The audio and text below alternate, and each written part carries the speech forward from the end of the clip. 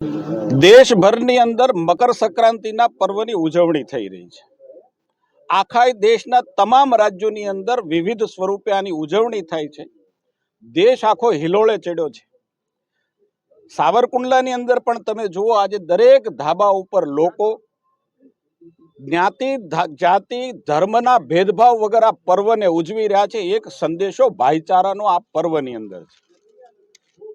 હું એમ માનું છું કે ઉત્તરાયણની શુભકામનાઓની સાથે ઉત્તરાયણ પછીના વર્ષની અંદર દુનિયાની અંદર ભારતનો પતંગ ચગતો રહે, આકાશની નવી ઊંચાઈએ ભારત સર કરે, ભારતની અંદર ભાજપનો પતંગ ચગતો રહે અને નરેન્દ્ર મોદીના નેતૃત્વની અંદર દેશ છે એ ગતિશીલ જે પ્રકારે વિકાસ કરી રહ્યું છે, વિકાસની આકાશની ચરમસીમાએ પહોંચે એવી શુભકામનાઓ લોકોને પણ આપું છું।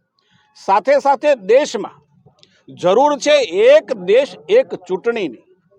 જે પ્રકારે પ્રજાનો વારંવાર ચૂંટણીમાં પ્રજાના નાણાંનો વ્યય થાય છે, લોકોના સમયનો વ્યય થાય છે અને સંસાધનોનો વ્યય થાય છે, હું એમ માનું છું કે દેશની જનતા આજે એક નેશન એક election, one nation one election, એક રાષ્ટ્ર એક ચૂંટણી એનો નારો એ ઝીલી લીધો છે।